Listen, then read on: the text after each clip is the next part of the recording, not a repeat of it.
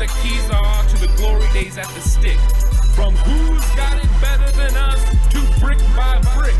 It's always the 49ers way, from off-season to game day. Yeah, we talk back. It's the 49ers Cutback.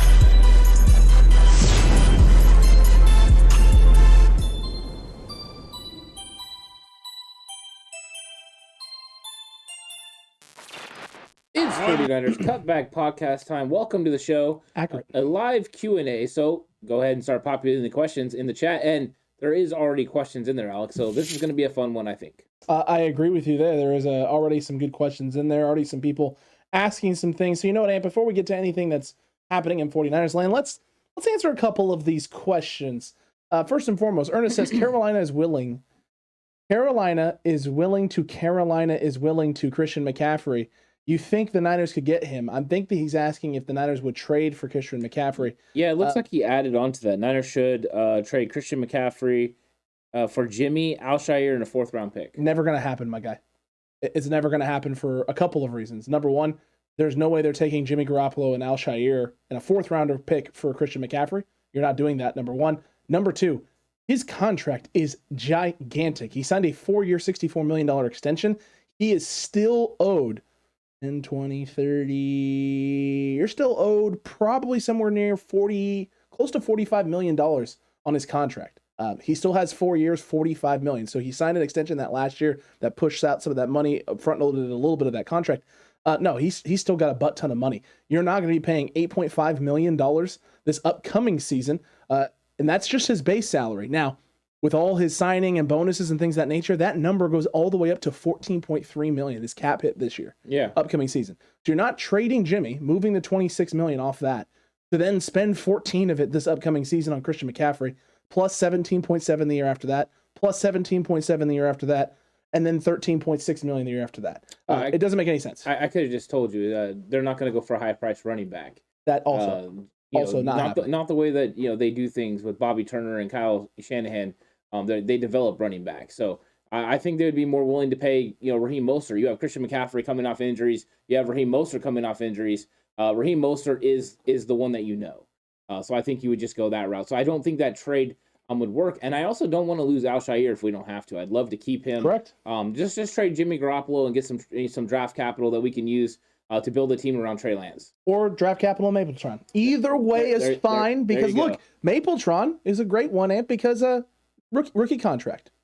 Rookie scale. You don't have to pay a lot of money for that. So we're going to see. Rams getting Goff off the books next season. Good for you. You may also be getting off your head coach, marketing pro. So stay tuned for that. Hopefully that's not the case. No, they are. Rams are getting them off. That's great because you're going to have to re-sign Von Miller. If you're going to bring back OBJ, you have to re-sign OBJ. There's going to be lots of moves the Rams have to make. Everyone's up against it financially. That's just the way it is. I'm not really worried about the cap at all, and they've already budgeted for Bosa and Deebo Samuel, so I'm not worried about it. Very accurate. And where's Jimmy going, and what are the Niners getting, said Christopher a little bit earlier. So we can actually get into this a little bit because ESPN actually simulated 49er trade choices for Jimmy Garoppolo among 4 suitors: the Panthers, the Steelers, the Bucks, and the Commanders. Those are the 4 teams they ran simulations on. In the simulation, the Panthers offered up a 2022 4th-round pick and a 2023 2nd-round pick, kind of where we thought the Niners would be going with picks. You'd get a 2nd and a 4th. Not necessarily the greatest thing because you have to wait a full year for that 2nd-round pick to kick in 2023. The Steelers offered up a 2022 3rd-rounder, a 2023 6th-rounder, and half of Garoppolo's salary, meaning the Niners would eat $13 million of Garoppolo's salary. That is the worst trade offer of all of the trade offers that they received. The Bucks offered up in the simulation a 2022 2nd-rounder, and the Commanders offered up a 2022 3rd-rounder and a 2023 4th-rounder. Obviously, I think the best one of all of those is probably the Panthers because you get the 4th and you get that 2nd-rounder. However, it is worth noting in this simulation, Ant, that neither Aaron Rodgers nor Russell Wilson got dealt during this process, meaning that Jimmy Garoppolo was the top free agent quarterback. So I have a feeling that the amount of suitors for the 49ers would kick up if Rodgers and Wilson aren't being dealt, and that means the value for Jimmy Garoppolo, you have a bigger bidding war, which means a likelihood that you're going to probably end up getting a 2022 2nd-rounder, if not a 2022 2nd, a 2022 4th-rounder, or maybe another pick with a player potentially. Yeah, I mean, you saw what happened last year with some of the trades. Whether that's the man who sees ghosts, he got traded for a pretty hefty haul. And then you had also Goff getting moved. So there's definitely capital to be made for a quarterback that can prove that he can win football games. I think there's capital out there. I think a 2 and a 4 is what you're looking at. That's what makes me kind of chuckle a little bit at the simulations, because Tampa Bay with the veteran-laden squad like they have, they're not going to sit back and end up with like a Mitchell Trubisky as a quarterback. They're gonna want to pick up somebody that can go run it. They're not going to run it back with Blaine Gabbert. So they're going to need someone like a Jimmy Garoppolo. So they're going to offer more than a second-round pick because they still believe that their window is now. So I think there's going to be a little bit more out there, but I think a 2nd and 4th is still kind of the price tag that's going to take to get Jimmy Garoppolo, and where he ends up. I think the Steelers are going to have to come up with a better offer than what that simulation provided. But I think the Steelers are going to be in on him, even if he's just a bridge guy, somebody to get you a couple of years as you develop one of these young quarterbacks in the draft. But yeah, there's going to be a lot of suitors, I think, for Jimmy Garoppolo. Very, very much the case. Bomber, do you guys think Kyle and John can win us a Super Bowl? 100%, absolutely. Yeah. You've been to 2 NFC Championship games in the last 3 years. You've gotten to a Super Bowl. You were a drive away of winning a Super Bowl. You were a drive away from winning an NFC Championship game and being back in the Super Bowl. This team's close. It's all about finding the right pieces and the right formula to get it done. Yeah. And that's why you made the move for Trey Lance, is you're hoping the young quarterback with the ridiculously high upside and potentiality there is going to allow you and afford you the opportunities to have the cap space necessary to build a very talented team around him so that he doesn't have to be perfect. He just got to be good enough. Yeah, I think this is the window right now. The next 4 years with Trey Lance are the window for Kyle Shanahan and John Lynch, and it kind of coincides with their contracts as well, when their contracts come up. So you're looking for them to be able to compete. This year, make it to the playoffs with Trey Lance as the quarterback, see what happens when you get into there. And then, of course, the next year, you got to figure at that point the 49ers are Super Bowl caliber, especially in 2023, where they have a lot of cap space available, depending on what they do this year, restructuring contracts, kicking the can down the line a little bit. But I think they're going to be even more aggressive with the salary cap than they've been in recent seasons, because I think they've gotten so close, they've gotten a taste of it, and they want to win a championship. 100%, and that's going to be the case. Candy Art Collectibles, with Washington changing their name to the Commanders, it shows their decision making isn't the best. Therefore, Jimmy to Washington for a 2nd rounder and Scary Terry. You heard it here first. It's not happening. Scary Terry is not happening. Can we get the running back? Gibson? Yeah, I'll take Antonio Gibson. The things that he can do, the things he did in college where he played receiver as well, he's a very talented guy. If they were willing to throw that in, or even a defensive pass rusher, I'd be interested.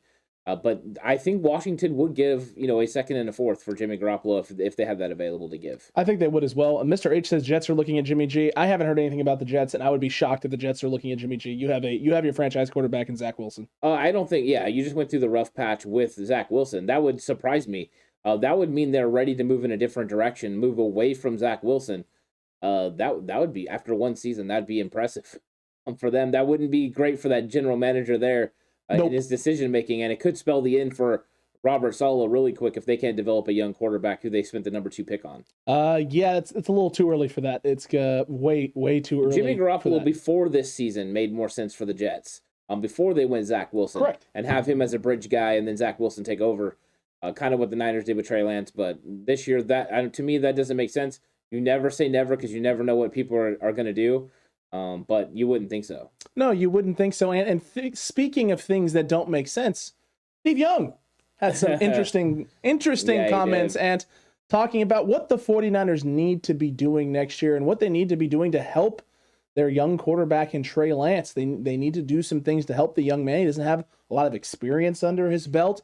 They need to, shore some things up. And what Steve talked about was getting Trey Lance a mentor at quarter. Yeah. So what Steve is telling everybody is that having someone who could mentor who could mentor Trey Lance, kind of like Jimmy Garoppolo did, is really important because he's young. He doesn't have a lot of playing. Wasn't Steve one of the ones at one point advocating for Trey to be playing and Jimmy should be sitting? Yeah, this is one of the things that frustrated me a little bit about it, and we caught a lot of heat, Alex, when we questioned Steve Young's thoughts about it. We did get some heat. We got some heat because he played quarterback. He obviously knows a lot more than us. What do we know? Yeah, and we don't work for one of those big sports organizations. There you go. But I think that Steve Young got ahead of himself with the whole play Trey Lance thing. I think it was a talking point that he needed to say for ESPN. It was something that stirred up, some clicks and some things, going his way. And now he's going back to the fact that now he sees how raw Trey Lance is. A few weeks ago, he was able to see how raw he was. I'm guessing he's talking about the Texans game. We could have told you that. It was a guy that came into the year and didn't even know what a 7-step drop was. He had never done that before. This is somebody that was going to have to learn and build. But it's laughable now because Kyle Shanahan and John Lynch caught heat the entire offseason for bringing Jimmy Garoppolo back to be the guy, the veteran presence in the locker room. And then they sandwiched Trey Lance with Nate Sudfeld, another veteran guy. And a journeyman, a guy who's been a lot of places, been on a practice squad, understands what it takes to work hard in the NFL and not necessarily reap the rewards, but what it means to be on an NFL roster, to be someone that can be counted on and relied upon. Well, he understands what Rich Scangarello wants. He understands what you want from the quarterback coach. So they could do all the things. So while Jimmy's busy showing Trey how to do it on the field by Trey watching, Trey seeing how he handles himself, Nate Sudfeld was helping with the X's and O's, helping him with the playbook, helping him along the way. They put Trey Lance in a great situation to learn from Rich Scangarello, to learn from Jimmy Garoppolo, who had been able to be successful in this league, and then Nate Sudfeld, being a veteran presence in the locker room that could teach him the way of how to handle things. Steve, they just did that, man.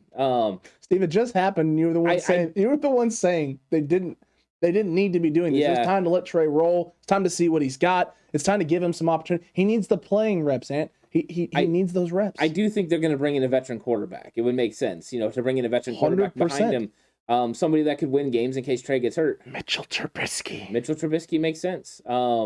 I think there's options out there, but it's kind of funny that he's kind of coming around to it now. But, Hey, JL, reliable in the sense that he's going to show up every day. He's going to put in the work, and you don't have to worry about him being a hard worker. Definitely not in the passing category once you get on the field and he has to play football. Nate Sudfeld. Nate the Great. That's not why he was here, though. No. He was never here to go in and play football games. He was here to be an emergency guy in case you needed him, but to really help. I mean, the familiarity between Scangarello and him is the reason he was on this roster, and that's why they chose him. To me, it made a lot of sense. Very much the case, and very, very true. We'll see, man. We'll absolutely see. But yeah, Steve Young is not safe from the yikes. Caleb, you are correct. He is not safe from the yikes, and I mean, it's a pretty big one from Steve. I mean, it's just nonsense. Ernest asked, do you guys think the Niners could get Brady for 1 or 2 years? I love Lance, but to get Brady's retired. Is this a situation where it's similar to Favre, where he's retiring right now because he just doesn't have that feeling right now, but he's going to spend the whole offseason with his kids. He's going to work out. He's going to stay, in decent shape. And the closer you get to training camp and things of that nature, he's going to start to get that itch back and want to come back and play. Maybe. The only difference is, the only problem is, right, is when Favre did that and when he came back, the first couple times it was with the Packers. Then he got traded somewhere, went to another team, and he did that with another team that he was already on. Two right? teams. Two Jets teams. and Vikings. That's true. The one thing with this situation is I believe that if the 49ers wanted Tom Brady, because I believe that's the only team he'll play for at this point, if the 49ers wanted Tom Brady, it would be known that they wanted Tom Brady, and I think Tom Brady would have been waiting and then went to the San Francisco 49ers. I think he got the message, whether that is from his agent or whoever it was, the 49ers are ready to move forward with Trey Lance or to go another route, and they're not ready to go with Tom Brady. And I think that's why he hasn't. If the 49ers decided tomorrow to call Tom Brady or to reach out to him in some way and notify him, I think he might be willing to think about it, because I think he would like to play 1 year for San Francisco. I think that could get him to kind of muster the ability to go through it. It's the grind of working to get prepared. I think that's the only way, though. I don't think it's 2 years either. I think it's 1 year. But even then, if Trey's ready to go right now, if the 49ers feel like Trey Lance is a better option than Jimmy Garoppolo, I think they're rolling with the kid. Very much the case, Ant. And also, these trade simulations that ESPN ran for Jimmy Garoppolo, they had reporters for the teams make the offers. So I didn't know that. I thought they ran it through like an algorithm or something that was unbiased. No, they ran it through reporters who were biased. So I'm looking at the Jimmy offers, and it's like, okay, makes sense. And then I get down to Derek Carr, Ant. The first team on the list, the Commanders, the writer offered a 2022 first-round pick and a conditional fourth-round pick for Carr. So that should tell you everything you need to know about these. By the way, that's the only team that offered anything for Carr, and it was a first and a fourth. The only team that offered anything. So the only reporter that offered it was the Commanders reporter. He offered a first-round pick. They wouldn't offer a first for Jimmy. They offered a 2 and something else, knowing there was going to be other teams that made offers. So, yeah, this is completely bunk. This article, anything that ESPN does now at this point, this is why, like, I saw it, and I was like, maybe I should go through and read some more context, because it doesn't make a lot of sense. 4 teams offer, and a lot of second and fourths and crazy stuff. As soon as I get to Derek Carr and I see that, it's like, okay, well, here's a newsflash. No first for Derek Carr, no first for Jimmy Garoppolo. Accurate. Yeah, this is not happening. Accurate. Sir Juju, mandatory Super Bowl if Brady comes over, 100%. Yeah, I think so too, because I think they could build a roster around him. There'll be other players that want to come. You know as well as I do that if Tom Brady was to come to San Francisco, more than likely Gronk would be the tight end next to Kittle. That's just kind of how they roll. And I think it's intriguing, but obviously not intriguing enough to Kyle Shanahan and John Lynch, or at least they haven't got far enough in their conversations to get there. I think they're just thinking Trey Lance is the guy. He's ready to roll. They think he can have a decent season. I think anyone would be excited if he had 20 plus touchdowns and 10 or under interceptions next year. And that would be better than what Jimmy Garoppolo did this year, and maybe good enough to get the 49ers over the hump. We'll see. Very, very true. Marketing Pro Rams got an easy win. Bengals lost their all-pro tight end for the game. Uzama is not an all-pro. No. He's borderline Pro Bowler. Borderline is the right word. It really, and plus it's about T. Higgins. It's about Jamar Chase. That's Tyler Boyd. It's about stopping Joe Mixon. Yeah. And the thing is Joe Burrow. They crowded the box a lot against the Niners. You're not doing that against Joe Burrow. Oh no, you're gonna lose. Yeah. You will lose that battle 9 out of 10 times. Yeah, I think it's gonna be a great game because you can have the matchups that are cool. Jalen Ramsey, guarding Jamar Chase.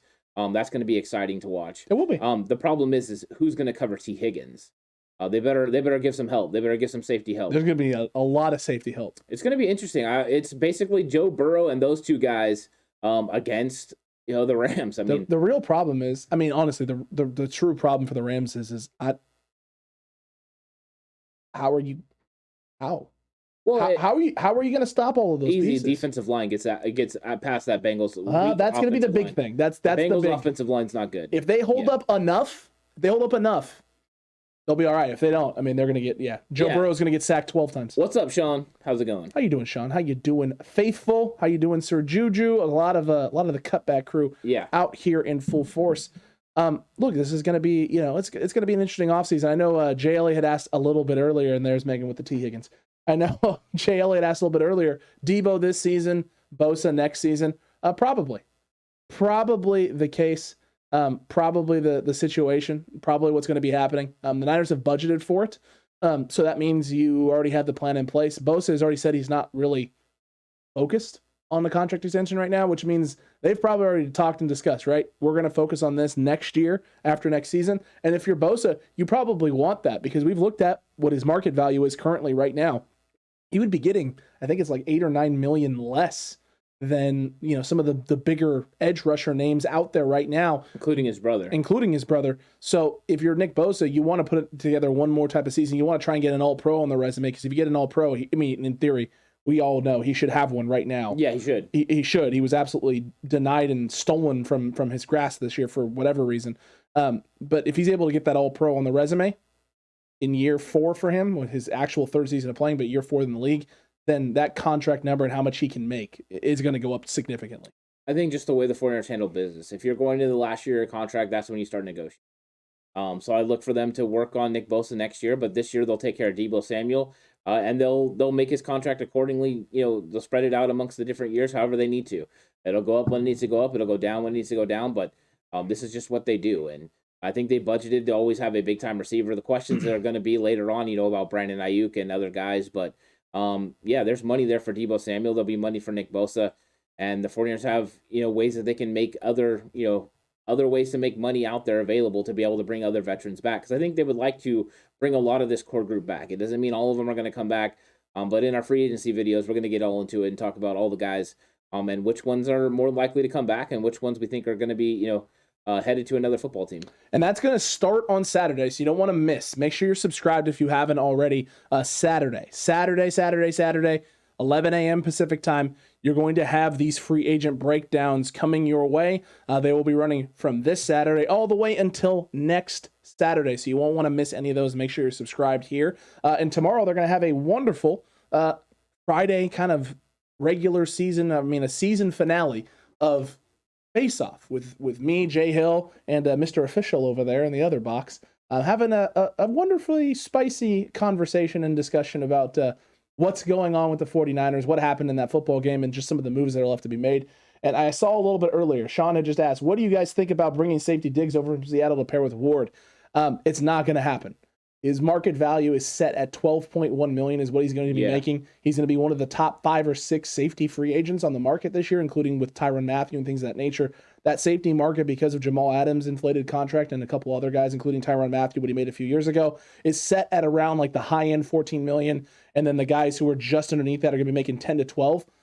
You're not paying that. You're already paying $10 million. You're paying $10, $11 million already for Jimmy Ward. Yeah, it's a $12 million. Yeah, it's a $12 million contract. You're already paying that for Ward. You're not paying another safety that. So the likelihood is that the Niners aren't going to be going after someone like that. They're not going after a guy like Bates, who's going to get re-signed by the Bengals, and they're going to pay him that $14 million contract and keep him around for a long time.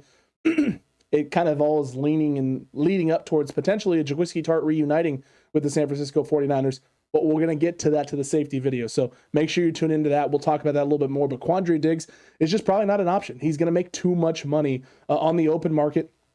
He's a guy coming in who's going to be 29 years old. He's got really one big contract left. I mean, this will be his last big money opportunity.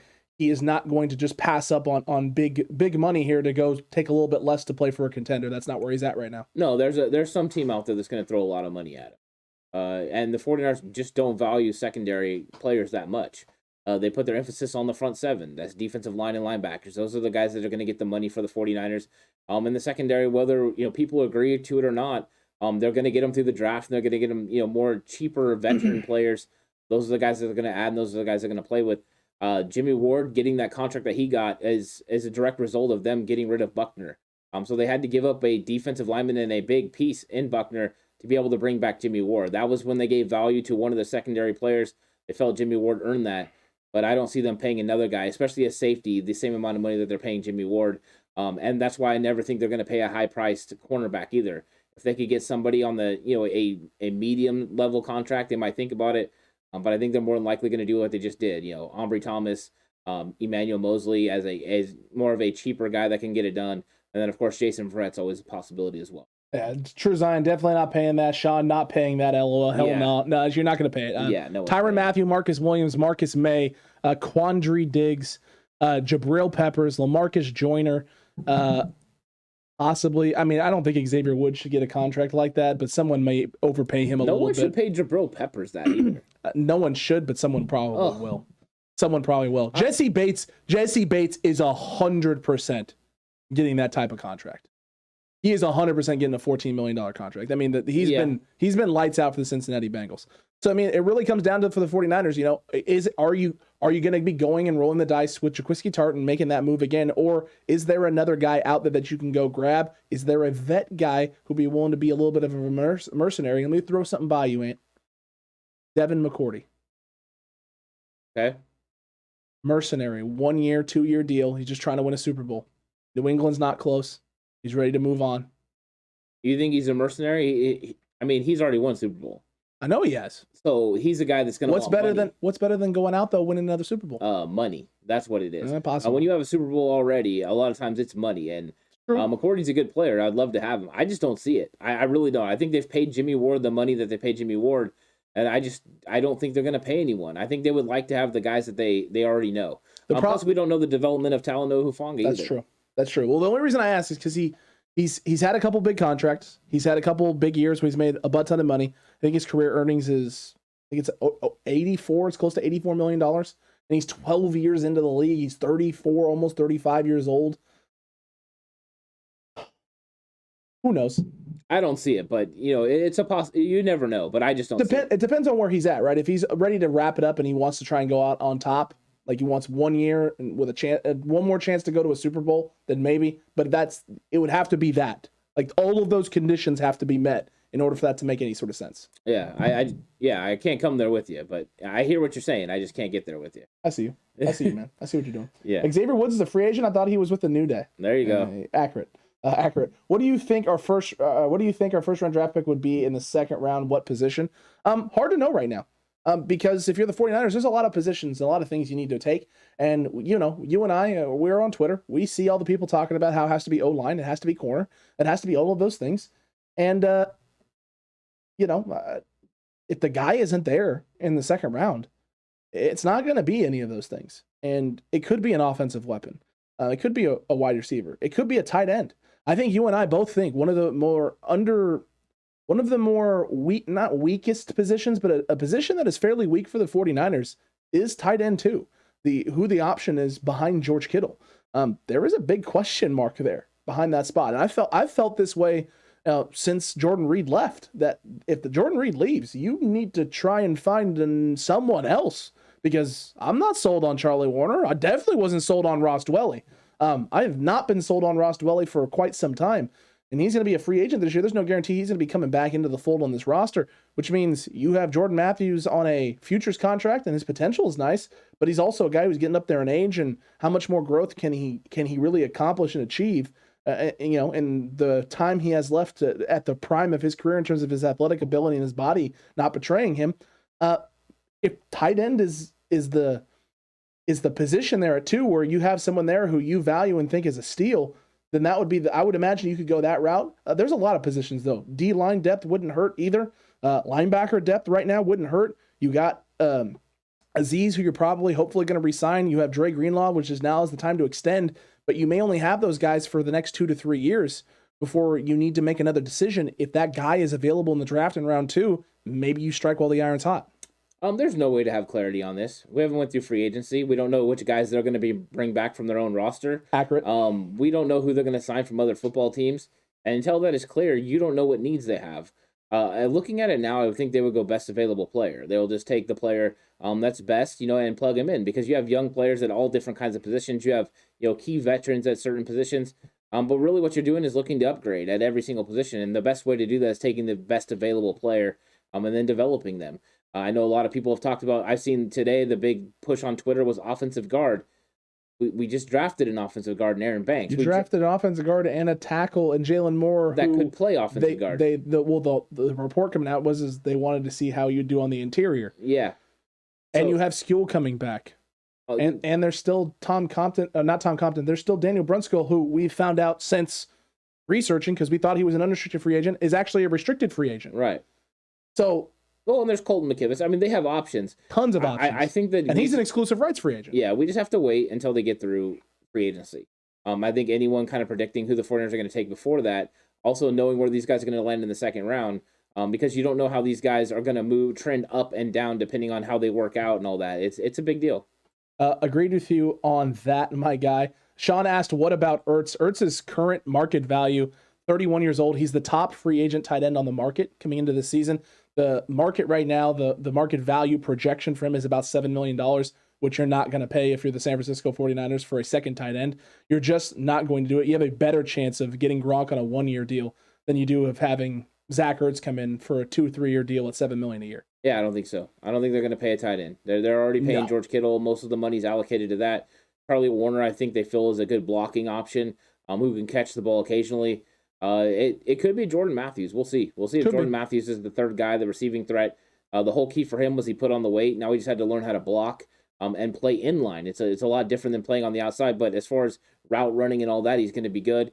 Let's see how much speed he lost, by getting his weight up to over 230 pounds.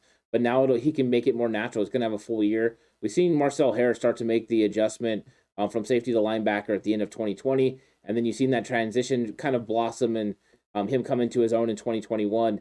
Look for a similar type of progression from Jordan Matthews. This guy that still had a lot of talent, but moving positions and putting on weight and then learning how to play that position and also run those routes with the extra weight is complicated. So I think he's going to work his way through it. So I'm curious what he can do, but I'm sure they're going to address the tight end room. And I do not think that Ross Dwelly is going to come back. I agree with you there. I don't think there's any way he's coming back. NDR, Jimmy G for Kyle Pitts. Get it done, Lynch. No way.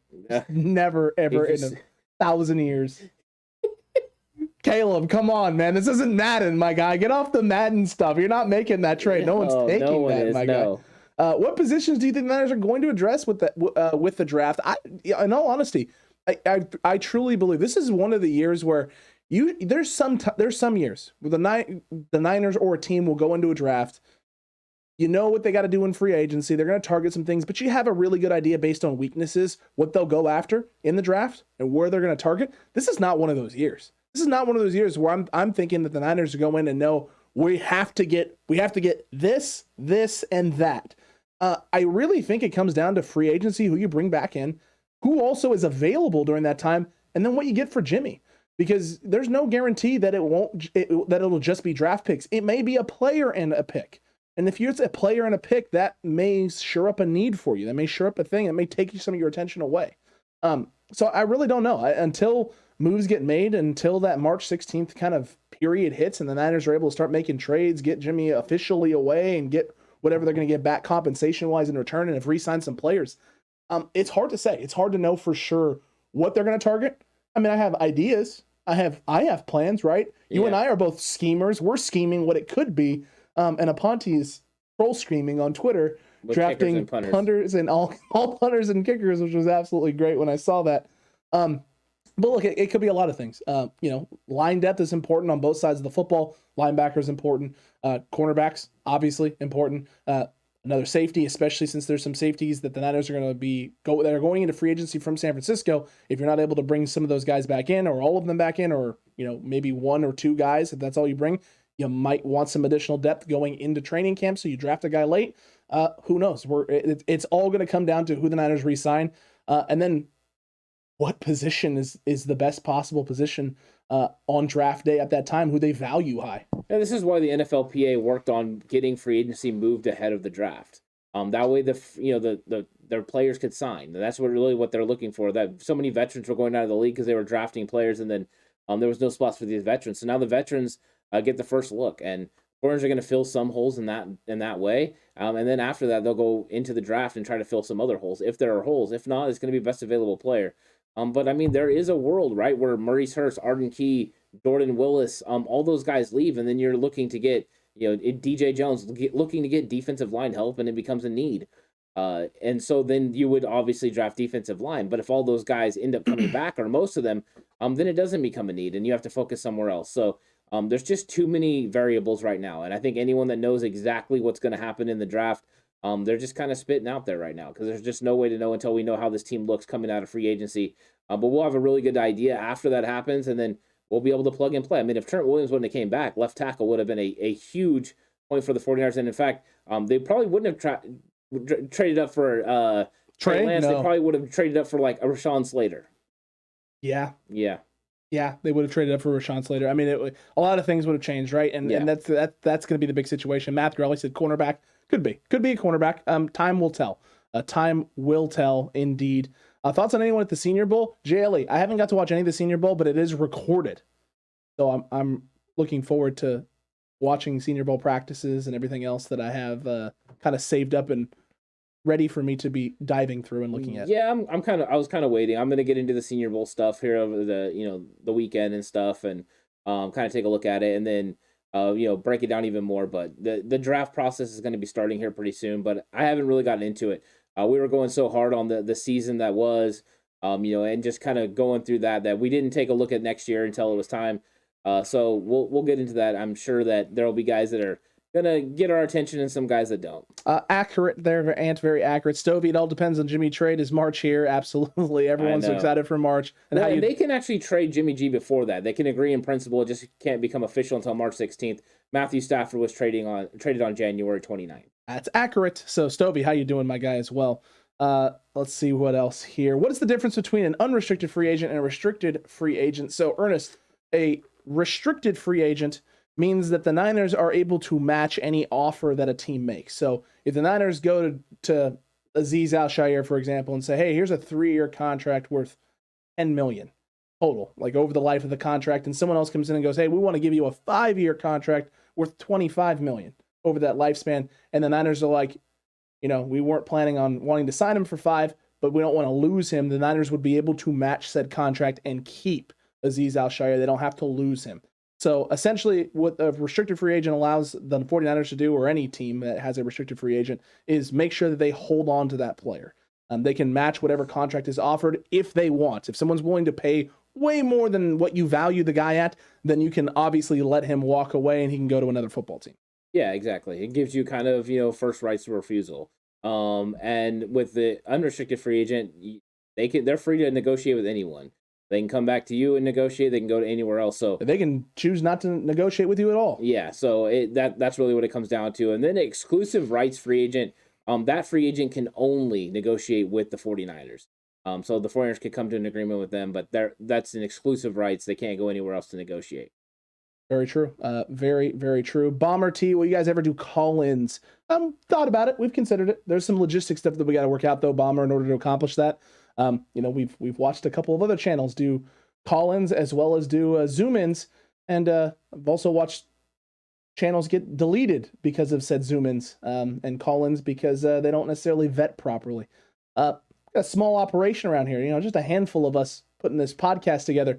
So some logistics to figure out before we can officially go to that. We want to make sure we cross all of our T's and don't have anything slip through the cracks that's going to wreck said channel. Yeah, I definitely think it's something that we've definitely kicked around and other people have brought up before.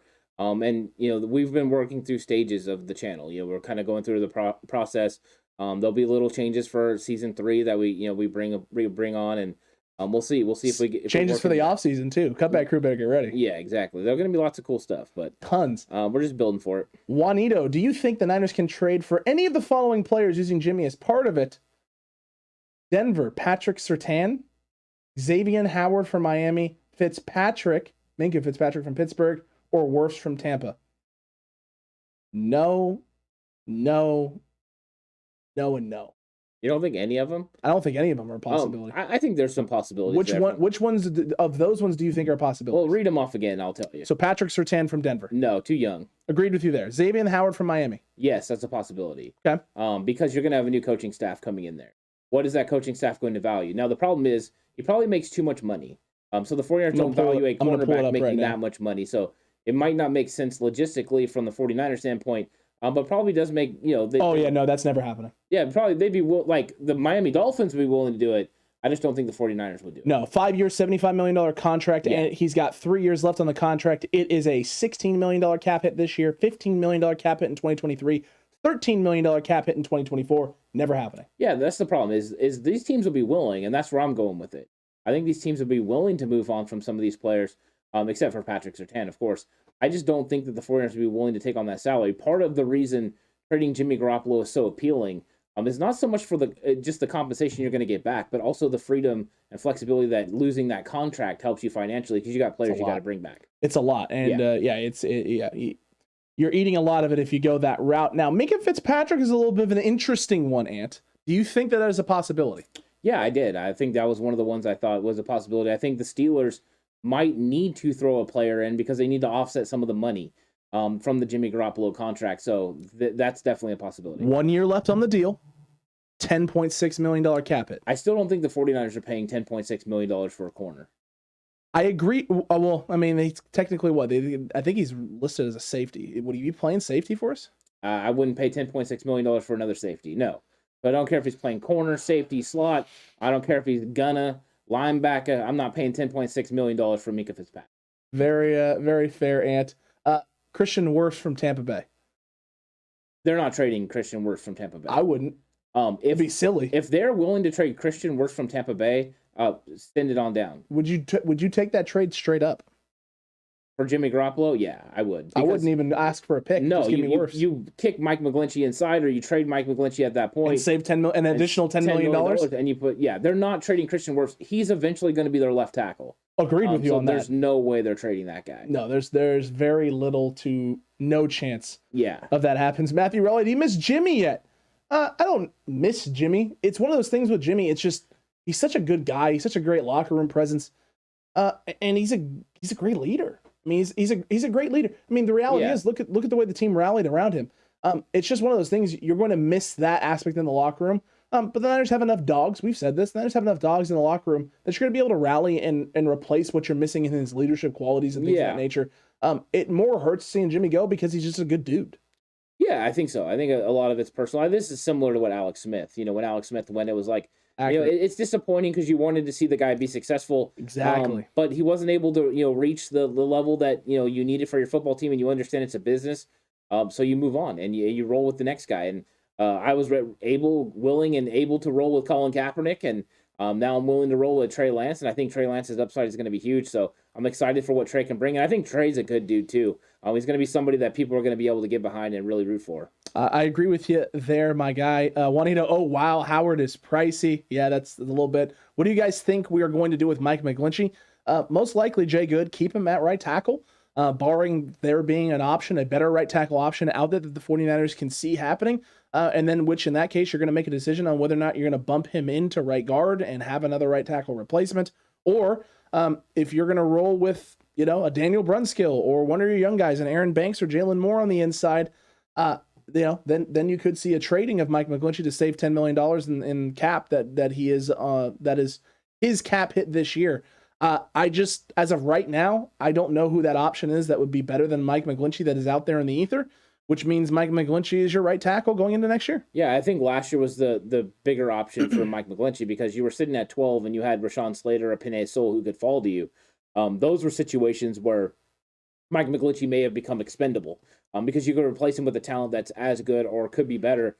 Right now, there's no one on the roster that's better than Mike McGlinchey. Accurate. And there's no one right now in free agency that you can pay $10.8 million or less and play as well as Mike McGlinchey. So I think right now he's your best option.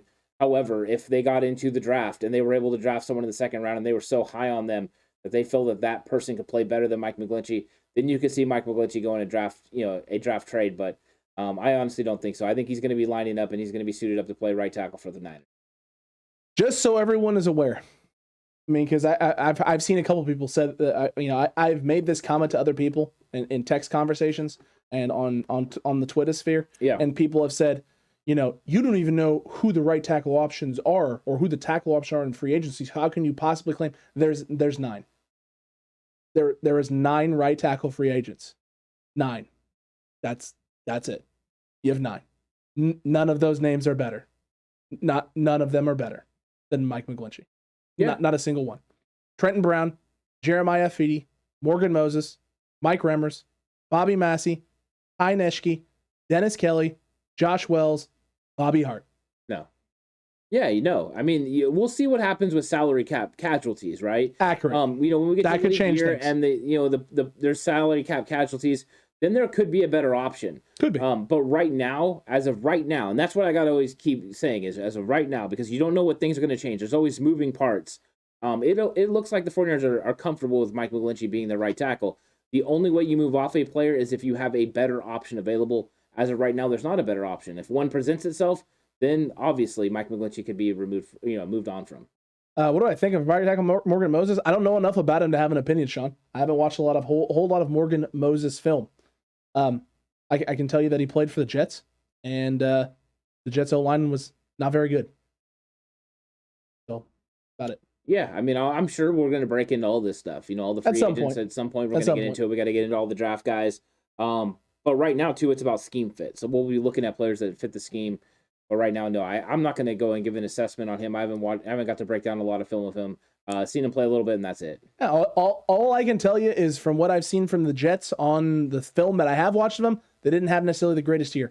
David Campbell, does Verrett get one more shot with the 49ers? Possibly. I think he wants to come back. Yeah, I think so. I think there's a potential there. There's going to be big questions surrounding that knee, of course.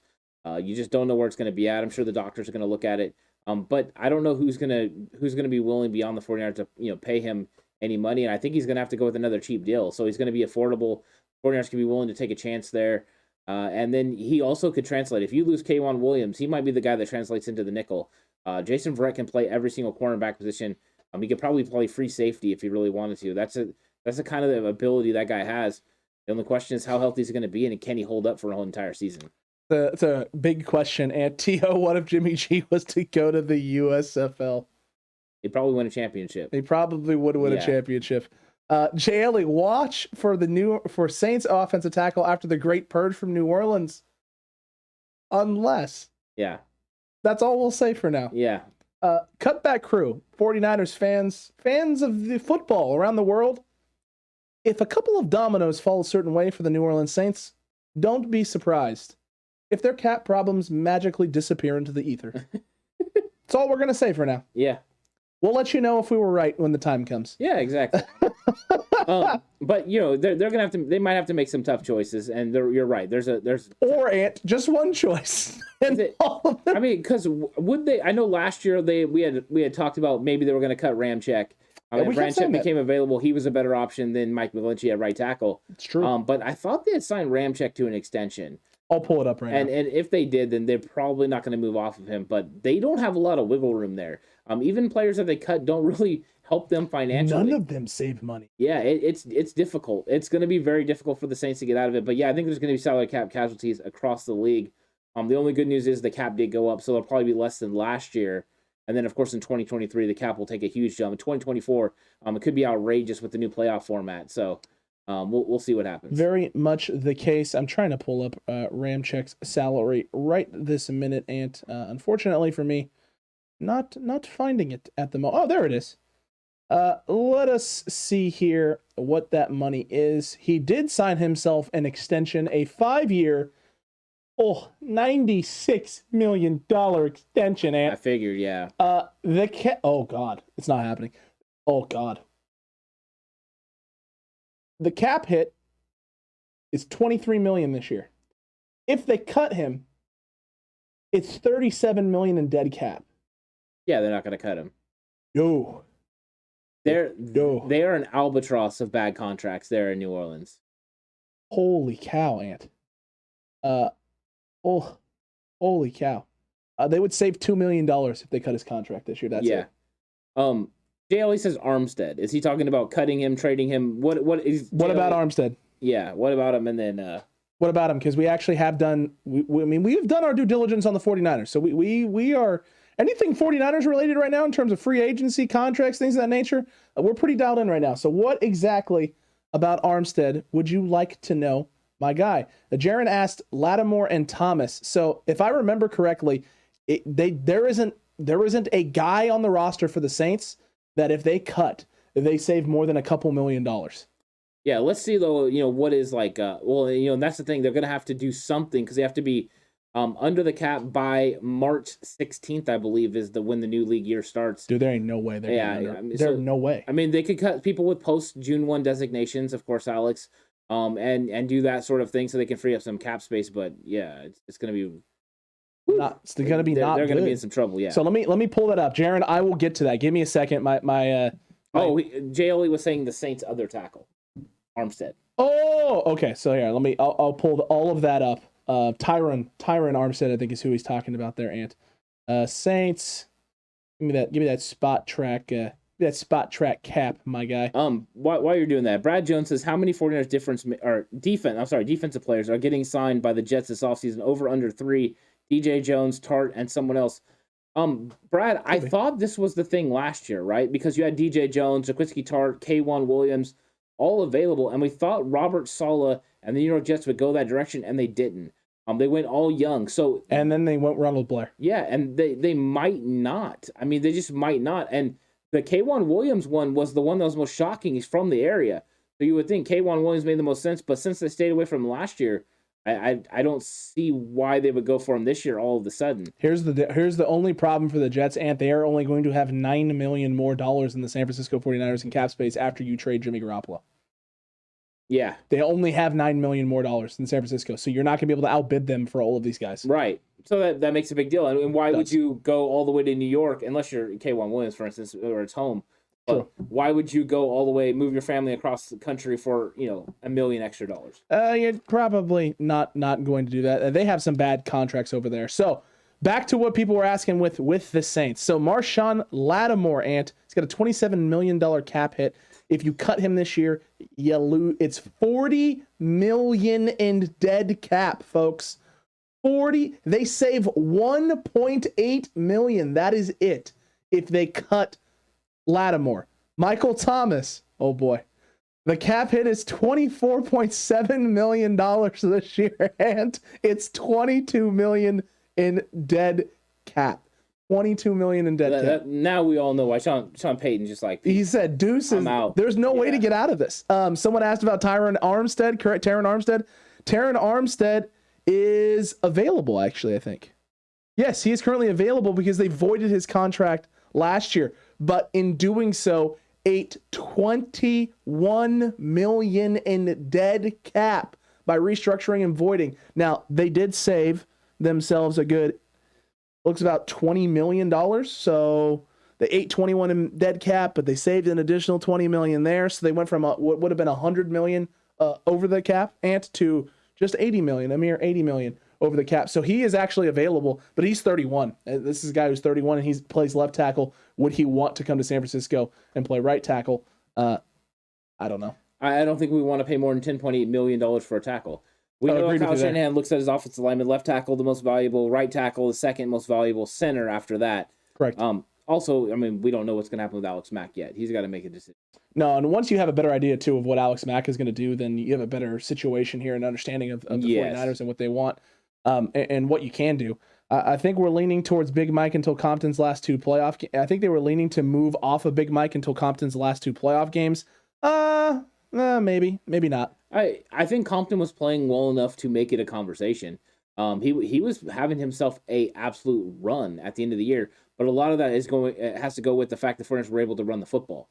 Whenever the Niners run the football, this offensive line, of course, plays so much better. It helps Laken Tomlinson, it helps Daniel Brunskill, and it helped Tom Compton. It would have helped Mike McGlinchey as well. JLE, you're not. He said the Aints aren't going to be able to have a football team. Dude, you're not wrong. Yeah. So you and I have been looking at the Saints situation because you and I kept thinking this is a situation where they're going to have to cut a lot of guys, and that's right for the picking. All of these guys are going to flood the market. It's actually going to probably end up hurting the market because guys, they're going to be getting a lot of money. They don't have to necessarily get paid. They might be willing to take a cheap year or two deal with some of these teams because they're going to have so much money that gets paid to them from these contract situations that, if you're the team like the 49ers, some of these guys might just become de facto, mercenaries. And then we started actually looking at the numbers and realized they don't actually save any money by cutting any of these people. How do you fix this? Well, I could tell you, but I don't want to let the cat out of the bag. No, we've both talked about over this the weekend. It's going to start getting fixed. Very true. By Sunday? Maybe Sunday. It's either going to be Sunday or Monday. Yeah. By Sunday or Monday, all of the Saints' problems will have a resolution, and all of them will be slowly disappearing. Yeah, it just could be. Capologists will be flocking to figure out how this thing happened. Except for I'm sure some networks are just going to ignore it. No one's going to talk about it, dude. Yeah. No one's going to talk about it. It's going to be sleight of hand. Look at what we did over here. Forget all of this over here. 80 million? We weren't 80 million over the cap. That never happened. Never happened. Trevor Siemian is quarterback? Probably not. I mean, you still have Taysom Hill under contract. Yeah, I'm guessing Taysom Hill. I don't think Jameis Winston goes back there. Without Sean Payton, ESPN thinks so. Yeah, there's no reason for him to go back there now. I wouldn't go back there. Yeah. No Sean Payton. Jameis Winston would be a solid backup for Trey Lance, actually. It would be. Yeah. So, I mean, he's somebody, Mitchell Trubisky, of course. Those are options for the 49ers, I think, because Jameis Winston's, he's got enough in him that he can go in there and win you a football game if something happened to Trey.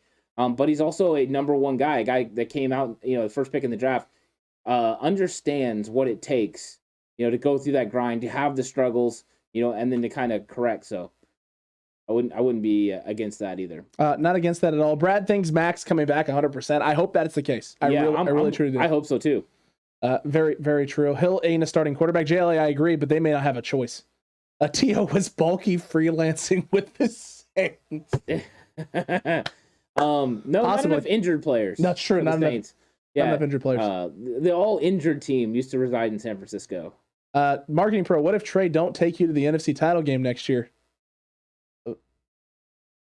Who? He's a second-year quarterback. What if Trey doesn't take us to the NFC Championship game next year? Second-year quarterback. I mean, okay.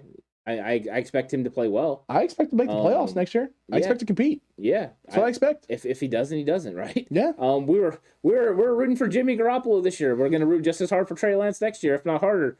So yeah, it doesn't really bother me. I'm not going to go up or down because, I'm not going to put those kind of expectations on Trey either. And like I've been saying this before, stop putting Trey Lance in like a Patrick Mahomes category. Not Patrick Mahomes. He's the first Trey Lance. Let's just treat him as Trey Lance. His development is different than Patrick Mahomes. He comes from a different college, different system, had different development. All of it is different. So let's just keep Trey in that category and just be excited about what he can do for the team. That's all you're going to do. And everyone who was talking about how, a lot of this with the Saints is those big contracts. It is a lot that, but you're also forgetting the fact that the Saints have eaten in dead money in 2022, $13 million, 11.5 of which is Drew Brees. Yeah. So you have 11.5 that's Drew Brees. You have Latavius Murray, which is almost $1 million. You have Mark Ingram, who's on the roster that you're paying $2 million for, but you're also owe him $125K in dead money as well. So I mean, the Saints are, Nelly. Yeah, they were. Yeah, they were. They ain't anymore, man. People on this live stream are gonna come back and be like, "Wow, how'd you guys know? Saints got out of it. What the heck happened? It happened so fast. How did you guys? Who's your source? Our noodles. Yeah. Our noggins. Yeah, that's right. Just trying to be smarter than everybody else. And, we're just doing our thing. Holy shnikes, my guy. Cutback crew. What I want to hear from the Cutback crew is what did everyone think about the Harbaugh stuff? The Harbaugh stuff with the Vikings. Because I mean, it's a 49ers podcast and all that. And JLE, thank you for upping the membership, my guy. We really appreciate that. Yeah. But he says, thanks for the live stream, Alex and Ant and the crew. Bring back the Horst is what he says. Horst is grinding. He's working. Yeah. Doing his thing. Yeah. Horst has a busy schedule. He's not always available to do things, so on occasion you might see Horst during the off season. We'll see how it works out. God, we hope so. But that'd be nice. The Horst is he's a busy man. He's wanted. He is a wanted gentleman. Yeah. He is a wanted gentleman. But look, as for the 49ers themselves and this whole Harbaugh situation, I want to hear from the Cutback crew what they thought about everything and what happened with Jim Harbaugh. So, because some very interesting reports came out. There was the report saying that it was his job. There were some other reports basically, saying that he felt that this was a home run, slam dunk sort of thing. He's very familiar with the GM that they hired over there. The GM really wanted him. And then things kind of took a turn, and the new reports coming out are that basically the ownership for the Vikings did not trust the new GM with this hire, given Harbaugh's past in San Francisco and the relationship, the tumultuous relationship he had with the ownership and the general manager. Apparently, that intimidated them, and basically they hired a general manager and then didn't trust him with the guy he wanted to hire. It's a very interesting dynamic over there in Minnesota. Well, first off, it shows me that they have no marbles. You got to be tough as an ownership group, and you got to be tough as a general manager, and you got to make the hires that you want to make. If they just decided Jim Harbaugh wasn't the guy, that's different. He's not the guy we want to lead this football team. That's one thing. Jan, he did not decline the second offer. He was not offered a contract at all. Harbaugh was under the impression that he was showing up for an interview that was going to lead to him getting an offer and him taking the job. That's not what happened. It was the opposite. The Vikings weren't willing to just do that. Okay. And so I think he was a little peed at that, obviously. And I'm perfectly fine with him going to Michigan. Stay out of the NFC. Don't go there where you would have had a quarterback like Kirk Cousins that he could have definitely used in his sort of system. He would have went back to bully ball. He would have had Dalvin Cook. To me, this would have been bad for the NFC. I think Jim Harbaugh would have turned that roster around in a heartbeat. Sure. He's a way better coach than Zimmer. So it would have changed things. And then he could have reunited with Vic Fangio. No, that's not what I wanted in my life. That's not what I wanted in the NFC. As much as I love Harbaugh, keep him out of the NFC. If he wants to go to the Miami Dolphins, like Marketing Pro said, vaya con Dios, go over there. Vaya con Dios, indeed. And KNDR said the same thing. I want Harbaugh to go to Miami so they keep their fins off of McDaniel. I get it. I see what he did there. Yeah, exactly. And then Harbaugh, do us all a favor at that point and trade for Jimmy Garoppolo anyways. True. Crucial Skull says the Vikings now know what we went through years ago. The only difference is that a lot of that bad blood was between him and Balky. It really wasn't between him and Jed. It was him and Balky, and Jed was just happened to be trust. He put his faith and trust in He had some bad blood with Jed. Well, they had the interactions. He said no B words in the locker room, man. Yeah, I mean he did, and I think that comes from the fact that Jed wouldn't stand up to Trent Baalke. Correct. But this is part of the problem is Baalke wasn't drafting the guys that Jim Harbaugh wanted. He's drafting wide receivers in the first round, not named Davante Adams. He's drafting guys that aren't tight ends from Stanford that Jim Harbaugh wanted, and like why? Why are you doing this? It was all. I mean, we don't need no AJ Jenkins in our life. He pulled the whole draft day thing, AJ Jenkins or nothing, and it was a problem. And so I think this is one of those things where Harbaugh and Baalke's relationship was toxic. Absolutely, he's a good football coach, and someone would be lucky to have him. But they're going to have a strong GM in place, and they're going to have a strong ownership group that's willing to handle him. And it appears Vikings weren't that team. Very true. I don't know who you're referring to here, Jan. She says, is it true about the Niners signing Marcus? I don't know what that is in regards to.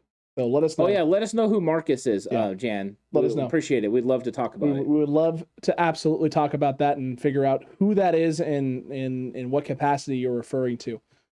This is going to be an interesting offseason because there's a lot of teams, Ant, that are in some salary cap not great situations, including the Green Bay Packers. There's a lot of teams that are dealing with some issues there. And so it's going to be interesting to see what teams and what decisions are made, what free agents become available. The Cowboys are $21 million over the cap. Packers are $46 million over the cap. Vikings are $14 million over the cap. Giants, $10 million over the cap. Rams, $8 million over the cap. Titans, $6 million. How would you like to be the Giants with that garbage roster and be $10 million over the cap? Why would you want to coach there? Oh, well, you also got a, front office is going to change some things. New GM. Well, they know what they're going into. They're in a rebuilding process. Like, that's an actual rebuild. It's true. So they're going to be changing some things up there. It's going to take them a while. They're going to want to be looking for the quarterback. And it's going to take them a little bit of while to build that around. And I don't think Daniel Jones is going to be the guy now. Vikings, not the Vikings, the Atlanta Falcons are $5 million over the cap. Yeah. Yeah, bad football teams with, that have spent irresponsibly and are hurting. Then you got a team like the 49ers that was in the NFC Championship game and is going to, once Jimmy Garoppolo's contract is off the books, have, close to $37 million. Oh, she's saying Marcus Mariota. Mariota. I have not heard anything about Mariota signing. I've seen him listed on Twitter as one of the possibilities for a 49ers backup. Marcus Mariota would make a lot of sense. The question is, how much you're going to have to pay him? Because with Las Vegas, he was making a pretty good amount of money to be their backup quarterback. Let me see if I can pull up what he was making the last few years and get a better idea of maybe what that number is going to be. Although, as of right now, he's not populating it in terms of available players. Mr. Mariota, there he is. I like that JL says no. He says no, Jan. He made $3.5 million last year as a backup quarterback. Yeah. I mean, I don't know. We'll see. I think Mariota, right, Jameis Winston, Mitchell Trubisky, all those guys would be really solid veteran options for the 49ers that are good enough to win you football games if something, heaven forbid, was to happen to Trey Lance. He, not she, bro. My apologies, Jan. My apologies there. And then, so yeah, you have Mariota, though, possibly. Yeah, that's the situation. T.O. Cleveland moving on from Mayfield. Jimmy G goes there. From everything that I've heard report-wise, they haven't really made a decision. And from what I understanding is the GM and the coach came out and defended Baker and said that they were going to be rolling with him next year. Yeah, it looks like they're rolling with Baker again. So if that's the case, they're not a team who is going to be making probably a move for a quarterback, which would make you think that they're just going to be off the market. Yeah, and Jan says, heard they will sit Lance and roll with Sudfeld as the backup. Oh, I'm sorry, they'll sit with Lance another year. Sit with Lance another year. If they're going to sit with Lance another year, then Jimmy Garoppolo's coming back? Well, either that or right, they're making another move for another quarterback, but I don't think it would be Who's the quarterback? It wouldn't be like a Mariota or a Jameis Winston or one of them. They're not starting. I think they would be going for a bigger fish. They would have made a call to Tom Brady. Rodgers, Wilson. Yeah, not Wilson. There's no way. Well, I mean, is there any way that you're getting Rodgers? I don't think so. I don't think they can work out a trade for him. No. Brady? Maybe. I think that's what I think. That would be the phone call. Because it's not. Because here's the thing. It's not going to be Ryan Fitzpatrick. It's not Andy Dalton. If Trey was sitting one more year, it would either be Tom Brady or Jimmy Garoppolo as the starting quarterback next year. Agreed. Jameis Winston. Yeah.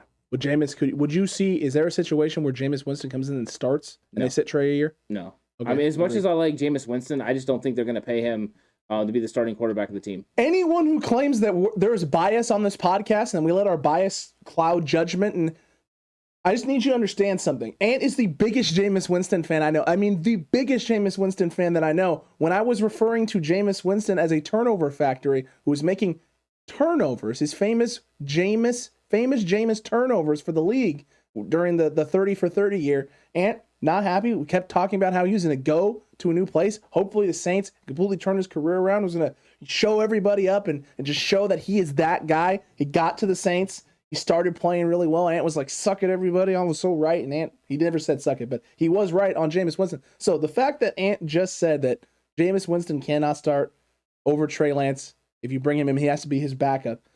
Ant, my goodness gracious. That is impressive. That's impressive amounts of reasonability from you, sir. I just call it like I see it, man. I mean, I'm just keeping it real. There's a lot of people, Ant, who are Jameis stans who would not be able to do what you just did. I'm proud of you. I am absolutely proud of you. There's Jameis stans? There are Jameis stans out there. There's also a lot of Jameis hate. Because apparently, Ant, when you're a young man in college living it up and winning national championships, you have to be perfect. And if you're not, then you're a terrible human being. Yeah, I mean, crab legs are delicious. That's all I'm going to say. Apparently. And who doesn't stand on tables and say inappropriate things? I mean, come on. It's college. Is it the best thing that he's ever? No, but I mean, come on. This is how it works. Yeah. First rounder for Jimmy. Too many quarterback needy teams out there with an S draft class. Gold Rush 619.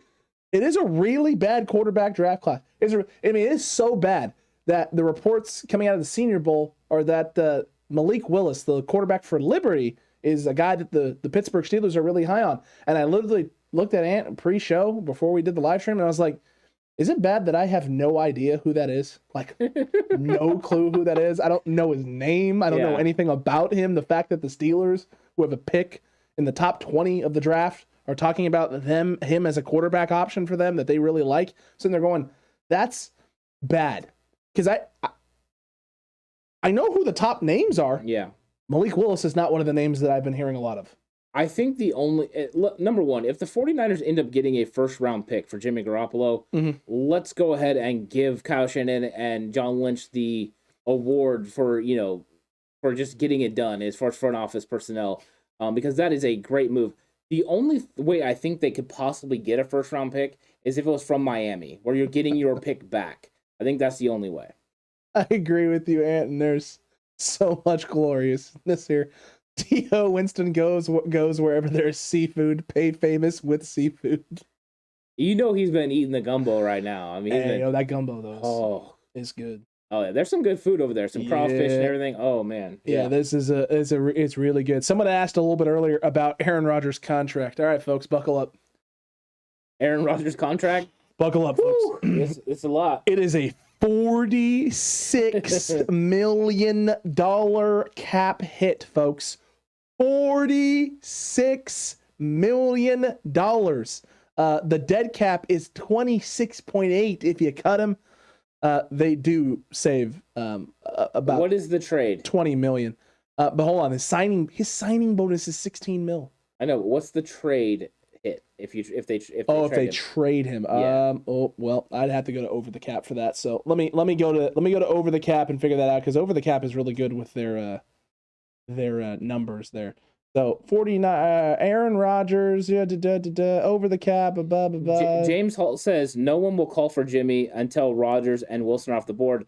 The only reason I disagree a little bit, James, is because I think there are people that won't want to pay the price tag. Like we're about to talk about Aaron's money, but also the amount of draft capital. Jimmy Garoppolo is more of a bargain basement kind of player, that's why I don't think it's going to be a first. I think it'll be like a second and a fourth. That's a lot cheaper, more affordable, and yet you're still getting a player that you believe can be serviceable. And if you have a good defense and a good run game, you can plug and play and know that right away you've taken yourself to possibly being able to be in contention for a playoff run. So I think that's why Jimmy G will be one of those guys. But you're right. He's not going to be the number one guy on the market. But he is number 3. But sometimes it's not the number one guy that gets moved first. It's actually one of the other guys because they're just more affordable. And if someone calls and the Packers are like, hey, I want 2 first-rounders and a third, then you'll be like, call and John Lynch says, yeah, I want a second and a fourth. They're going to be like, yeah, second and fourth sounds good. Yeah, Jimmy is the 3rd quarterback on the market right now. He is number 3 on the market. So a cut of Aaron Rodgers' is a dead cap hit of $26 million, and they save $19 million. It's also it's a cap hit the next year, which is a voided year, of 7.6. That's pre-June 1st. Post-June 1st cut is $19 million cap hit, save $27 million. You still lose 7.6 the following year. If you trade him pre-June 1st, $26 million cap hit, $26.8 million, you save 19. If you trade him post June 1st, $19 million cap hit and $27 million in savings. He's gonna go. He'll get traded pre-June 1st then. So before the draft, if Aaron Rodgers is gonna get traded, that's when he's gonna get traded. Because you're gonna save $20 million, and he's a $26 million cap hit. So to say it's out of the realm for the 49ers would now be false, because you were on the books to pay Jimmy Garoppolo $26 million. So you're telling me Aaron Rodgers is going to cost the same amount of money that it was going to cost, to have Jimmy Garoppolo. And you can extend him and push that money out. So, I mean, if the 49ers were going to do it, the problem is, number one, Green Bay is not going to negotiate with the 49ers. They're not going to trade him within the NFC. They're going to want to move him to the AFC. So I don't think it's a possibility. Plus, I do think the Niners would love to play under a rookie pay scale. Very much the case. Someone had asked about Deshaun Watson. Deshaun Watson is probably actually the least likely person to get moved to a team like San Francisco. His best chance is to go to a team like the Lions, to go to a team like the Miami Dolphins. It is a $40 million cap hit, and $40 million cap hit. They eat $51 million in dead money. It's not like it's $40 million this year, $42 million the year after that, $37 million after that, $32 million. And his contract is extremely friendly to him. He's got a $17 million roster bonus that gets paid out for making the roster the next 2 seasons. So you can't move that money away. That as soon as he is on your roster, boom, there's $17 million. Yeah, I think it was a lot more difficult to move Deshaun Watson after the season. That's why they tried to move heaven and earth to move him before the trade deadline. His contract was very favorable. It was easier for the Texans to move him. The cap hits were a lot easier to take in. Now it's a problem. And you wonder what they do with the contract. Is it actually just cheaper to have him sit there as the backup quarterback for the remainder of his contract, or at least a big portion of it? I don't know. And I don't know who's going to be willing to give up a lot for a guy that you have so many questions off the field with. There is a ton, Ant, right? There's a ton of questions with Deshaun Watson. Nothing has really been settled or situated there, so you really just don't know. Jay Ellie had asked if there was anyone on the Washington Commanders. God, it's so weird saying that still. The Washington Commanders that we'd been interested in a trade sort of situation and scenario. 100%. There's definitely Antonio Gibson. I love Antonio Gibson. I would love that. Yeah. More than a lot of things. Antonio Gibson would be absolutely phenomenal there. Another guy that I don't necessarily hate would be Montez Sweat. Only difference is you got there's a lot of things, and he's a young guy. He's a young edge rusher. Be coming up on the last year of his contract, so he's gonna probably want to get paid. And I mean, the only nice thing about Sweat is that you would have a situation where you would be really pushing him and Ebukam against one another, and one of these guys is going to be your future left end or edge rusher for your team, or not. He might be a decent D Ford sort of supplement.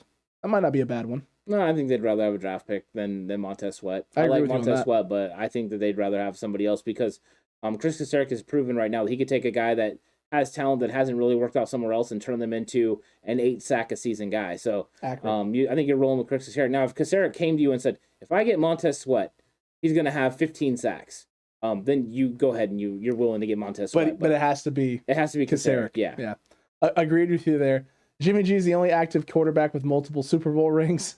He does have 2. You can't forget that he has 2. He's got one more than Aaron Rodgers. Yeah. A-Rod not going to the Saints, that's for sure. T.O., I don't know how anyone's going to the Saints, but you're not wrong there. Probably Watson will probably be suspended for 1 year, if not in jail when all is done, says James Hall. Nothing is off the table for Deshaun Watson at the moment. The jail thing's a little bit farther out just because there's no criminal charges. Case. Yeah, there's no. It's all civil, and I think he's got like 5 that he's working on. I think they almost have settlements. Yeah, they almost have settlements on everyone but like 5 more girls. So I didn't realize Watson's contract was so big. That's a lot of massages. So it would have been. It would have been, Caleb. It would have been. Jimmy starts next year until Hurt or Trey is ready. Ooh, Jan is going with Jimmy back next year.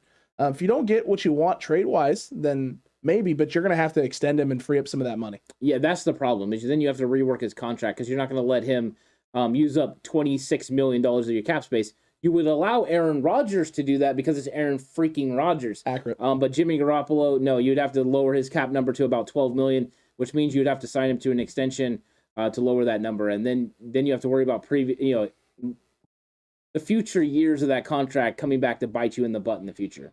Thank you, Cisco. I don't want no divas on this team, but let's get Adams. Davante Adams is definitely not no diva. The problem is Davante Adams has told people he wants $30 million a year. Nope, you're not getting it. You're not getting it from San Francisco. No, we're about to pay Deebo Samuel probably $20 million a year. So there's no way we're paying Davante Adams. I think the only way you get Davante Adams is if you get Aaron Rodgers and both of them are like, you know what?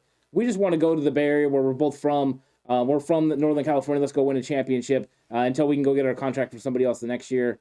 I think that's the only way that would work. And then again, I don't know if either one of them would be willing to come in and be mercenaries. Yeah, I'm not sure there. Sir Juju, rumors are that Rodgers bought in either a home or property in Nashville, suggesting the Titans may be in the mix to get him. That may be the case. There's only one problem with that, my guy. They are $12 million over the cap. Here's part of the reason he probably bought a home in Tennessee is because everyone that lives in California buys homes in Tennessee. Accurate. So if you're like, we live in California, the migration is real. U-Haul ran out of vehicles because so many people are moving out of California. They're leaving at an all-time rate, and Tennessee is one of those places that a lot of people are moving. So him moving there or at least putting a house there doesn't shock me. Taxes and everything are different. It's how much different. How much do you want to bet that his parents bought a house in Tennessee? A Rodgers family bought a house in Tennessee and has moved out. Well, it makes sense to have his residence there and not in California. If you have you're not going to pay the same amount of taxes. Accurate. And you get out of here before California starts taxing you for things you're going to do in the future. And here's the real big problem for the Tennessee Titans. There's no way they're doing that. You are on the hook with Ryan Tannehill for the next 2 seasons. Then you have to roll with him for 2022 and 2023. They can't move off of him. 38.6 is the cap number for the next 2 seasons for Ryan Tannehill. So anyone that's upset about Jimmy Garoppolo getting paid the 26, Ryan Tannehill is an additional 12.5 over the top of that, and it's $57 million in cap money, in cap, like a dead cap, dead money for them. They actually lose $18.8 million if you cut him this year. Next year, it's an $18.8 million cap hit, and you save $17.8 million if you cut him. And the last 2 years of his contract are actually voided because they restructured a little bit in 2021. So yeah, I mean, they are with him. He is not going to Tennessee. Yeah, and I seen Jan said his contract will be restructured. If Jimmy was to come back with a restructured contract, I think that would be what the team wants. You wonder if that's what Jimmy Garoppolo wants. He just played an entire season with the scrutiny that he was under, knowing that his time was eventually going to run out. Would he be willing to do that another time? Where he's got Trey Lance just there. You have Kyle Shanahan saying when they were 3-5, they came really close to putting in Trey Lance. Is he going to be willing, if they start having any sort of struggles, to have that over his shoulder? I don't think so. I think he's ready to move on, be fresh.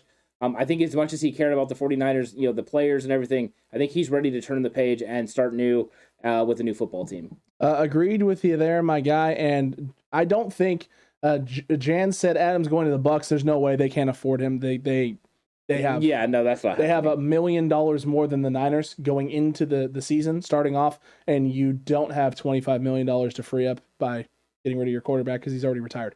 Do you think that OBJ re-signs with the Rams? If he did, it would be on a stupid cheap contract again, because this is a team that's over the cap right now. They're $8 million over the cap. Well, they're about to go more over the cap because if they win the Super Bowl, another $2 million of incentives kicks into his contract. He's already earned $2 million in incentives and $2 more million. That's $4 million. So it'll be $10 million over going into next year, at least at the bare minimum. At the bare minimum, it could be even 12 because you don't know what other incentives are going to kick in for other players, including Matthew Stafford and Aaron Donald. So the Rams are about to be well over, and they're going to have to re-sign Von Miller. OBJ is going to be one of those guys that's going to be available to somebody. Who's it going to be? I'm sure he wouldn't mind going back to the Rams, living in LA, and all that seems to fit his lifestyle. Very true. Serious question. Does Trey have to win a Super Bowl be considered better than Jimmy G. I mean, the 2 years Jimmy was here and healthy for majority of the season, he got us to at least the NFC Championship game and to a Super Bowl. A great question. I'm not going to put anything on Trey Lance right now. I'm not willing to. There's going to be a lot of people who say yes. There's going to be a lot of people who say no. He just has to put up good numbers, and the team needs to be competitive. And as long as he does that, and gives the Niners a good chance to win, he'll be a better option than Jimmy G, and he's not making mistakes. Everyone's criteria is going to shift a little bit. Trey Lance is 21, going to be 22 years old. He's got a lot of time. I'm not in a rush with Trey Lance. I've never really been in a rush with Trey Lance. My whole thought process when they drafted him was this is a project. This is something that is going to take some time. If he gets us to a playoff, like literally for me, my expectations for Trey are very low. I've set the bar very low. Mm-hmm. Not because I don't think he's capable, but because he's 22 years old. And I remember being 22 years old. And it didn't feel like it was that long ago. You know what I never would have expected out of myself at 22 years old, making a Super Bowl. Even if I was one of the best players on the planet, it's a lot to put on a kid at that age. I bet he expects it. I bet you he does. Trey Lance expects to He's built different, though. Not only to go to Super Bowls, but to win Super Bowls. That's his expectation. I like it. But I don't think it's going to fall as much on Trey Lance. Like, I don't think the pressure is going to fall on him. It's going to fall on Kyle Shanahan and John Lynch, who made the move. So for them, he needs to win a Super Bowl. For them, he needs to go to a Super Bowl. For him, I think to be better than Jimmy Garoppolo, all he has to do is make sure this team is competitive for the next 10 to 15 years, taking them to NFC Championship games, getting them to Super Bowls.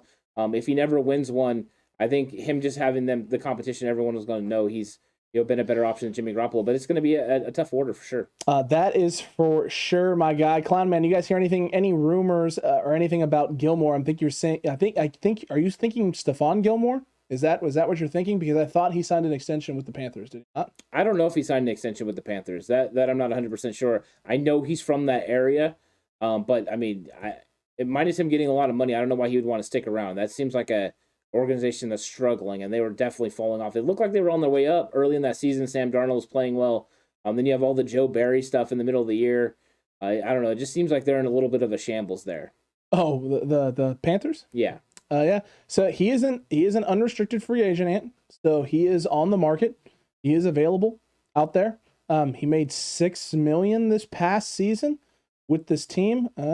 He does have a market value set with spot tracking over the cap.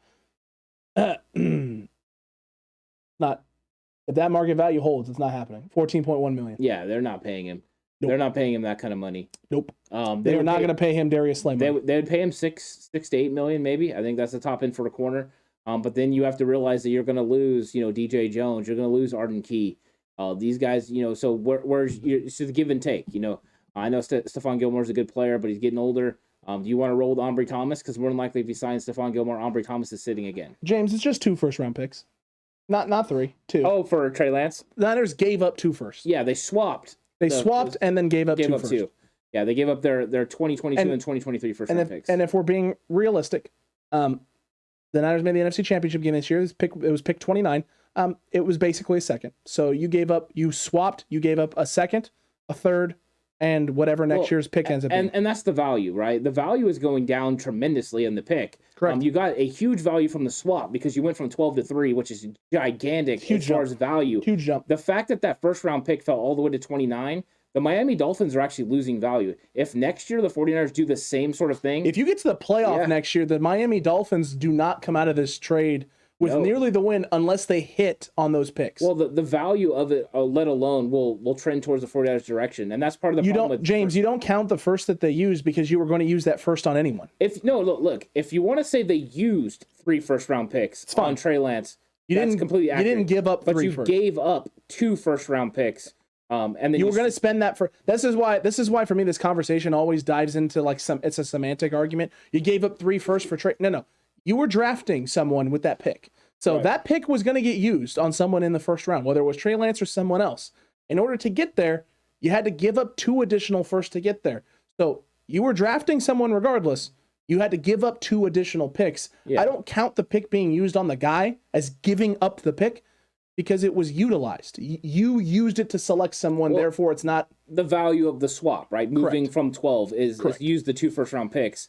Now, if you want to say, yeah, you spent Trey Lance cost you 3 first-round picks, then in theory you are correct because the pick that was used on him plus 2 additionals. Yeah, but they didn't give up 3. They only gave up 2. They used 3 to get him. That's the kind of way. That's the proper. Yeah. Oh, well, not the proper language, but I guess the language that makes the most sense around here. I'm just going. We don't have another Gio Carmazzi. However you spell it. But from the 2 games I've seen, he looks promising. His talent is through the roof. His arm strength is absolutely phenomenal. He throws an incredible deep ball already. Yeah, this is not Gio Carmazzi. No. It's not even close. No. Do y'all plan on doing some sort of mock draft show this offseason? Oh, San Francisco. 100%, my guy. Yeah, we did mock drafts last year. Hey, so we are putting, and we're I mean, again, offseason, every year with the show, things change. Season 2 of the 49ers Cutback, drastically different from season 1. All you day 1 OGers who've been here since we were at like 20 subs, you know that. You saw the shift from year 1 of content to year 2 of content.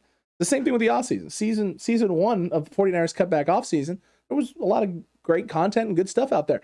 Season 2 is going to ramp up in a completely different way. And it's not just going to be draft content.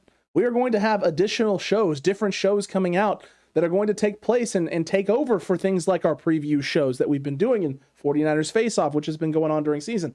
There is going to be new stuff popping up on the channel, popping up over on Patreon as well. You don't want to miss anything that we're going to be putting out because there is tons of stuff that we're going to be doing. We are constantly evolving and developing and changing this channel. And I think you and I are both really excited for some of the plans that we have for this offseason and just the types of content that's going to be coming out on the channel. Yeah, exactly. And draft is a huge part of it. That's a big part of it. Last year we went crazy with draft content and we kind of got into a groove of what people want and what people are really looking to see. And we got really into it. But yeah, the mock drafts are fun. In fact, we did a fan-controlled mock draft last year on a live stream. Well, we are going to be doing that again, and it's going to be better than ever. Oh, yeah. We look forward to doing a fan-controlled mock draft again where you get to make the picks. We're just here to go through it as you guys do it. Correct. We put the polls up. You guys do all the voting by available players. It was an exciting time. We really enjoyed it last year. But yeah, all the mock drafts, we did a lot of live streams involving it. But then Alex will put out his mock draft. I'll put out my mock draft. We'll put out mock drafts together as well. But what we do is we focus it completely central to on what the 49ers are going to do scheme-wise. It's not so much, we might have these great players, but if we feel they don't fit the scheme, we're probably not going to talk about them as much as we would the guys who do fit the scheme, who the 49ers would ultimately go after. Look, this is the thing that's going to be different than a lot of other channels that you'll get. A lot of the other channels that are out there, 49ers content creators, they do their research and they find the players that they like. And it's all about the players they like and their mock drafts center around the players that they like and, a lot of talking heads. What you're going to get here is not that. Yes, there's players that we like, and we may bring up the players that we like, but at the end of the day, we're trying to find players that we like that fit with what Kyle Shanahan, D'Amico Ryans, John Lynch, this front office, what they look for in players that fit this system, fit this locker room, fit this scheme. So you're going to special guest fake Kyle. Yeah, I like that. Absolutely. Fake Kyle, or are we going to talk about Kyle Sasaniahan? That's who it's going to be, Ant. Kyle Sasaniahan. Yeah, there you go. That's just, I got to gray up the beard a little bit in order to accomplish that.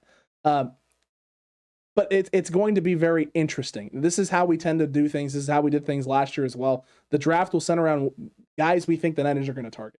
Not necessarily guys that we want to target because we like certain things. And, and is a very run-first coach when he coached. And I was a very, pass-heavy, pass-first coach. The Niners are a team that's built on run-first, but there's certain things that they're looking for. And based on free agent moves and things of that nature, it's going to give us a great idea of the type of player that they're going to target. And that's how we're going to build out the mock draft off of that, is based on what we're seeing and best available player. So when the time comes, it's going to be a lot of fun. And I think you and I are both looking forward to it. And, in a few weeks, that'll be the case. But what you're going to have next week is you're going to have the free agent content. So all next week, starting this Saturday till next Saturday, you're going to have nothing but 49ers free agents, the guys that are free agents, the guys that the Niners could re-sign, who we think has the best chances, what that money would look like, etc., and what the Niners could do to maneuver some things around, and who are some guys they could do stuff with in order to free up that cap space. Then after that, you're going to have 2 weeks of not a lot of content. We're going to take a break. We're going to make sure we're doing our draft prep. All of that is going to get done during that 2-week break. There will still be some content that comes on the channel in regards to if you are on Patreon or a channel member. There will be Madden League stuff. There'll be playthrough stuff that goes up and things of that nature. But after that 2-week break, we will come back in full force, and the offseason will be in full swing as we gear up for the free agency frenzy, and that's always exciting. Yeah. And obviously all the draft content. Yeah, exactly. And, we're looking forward to ramping up into the free agency and then the draft. But, the offseason is going to take on a new turn and a new twist, and it's going to be fun. And, I see people are still commenting, and as the first-round pick is going to be interesting. Not having a first-round pick, the 49ers wait till day 2. It's going to be a little bit different than last year, where we were talking about, should the 49ers trade up? Should they stay there? Different conversations for different years. But ultimately, it's all fun. And the draft has so many different layers and so many different players. Figuring out what the Niners are going to do is very complicated. But what I find is that when you get into it, it's a lot of enjoyment to figure out, who the blue-chip players are, which players the 49ers really would like, and then seeing how close the 49ers get to getting them. And it was a lot of fun last year, and I'm looking forward to this year. Really looking forward to it this year as well. Jimmy G's burner account is here, thank God. And JLE asking the question that needs to be asked. Where are you going, G? Jimmy GQ. Where are you headed? Yeah. What team? What team is the likely one? I hope our Pro Bowl players are taking some are talking to some corners up there. A lot of people feel this way about the cornerback room, and signing corners. I know someone had asked earlier, who are the Niners, what free agent corners are the Niners going to target? The one thing that 49ers fans are having a really hard time wrapping their head around is the fact that this team is not going to overpay for a corner. It doesn't seem so. It doesn't seem like they value corners enough.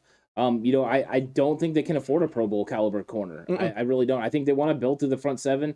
They're gonna need to pay Drake Greenlaw. They're gonna need to pay Al Shire. They're gonna need to bring back Arden Key, DJ Jones.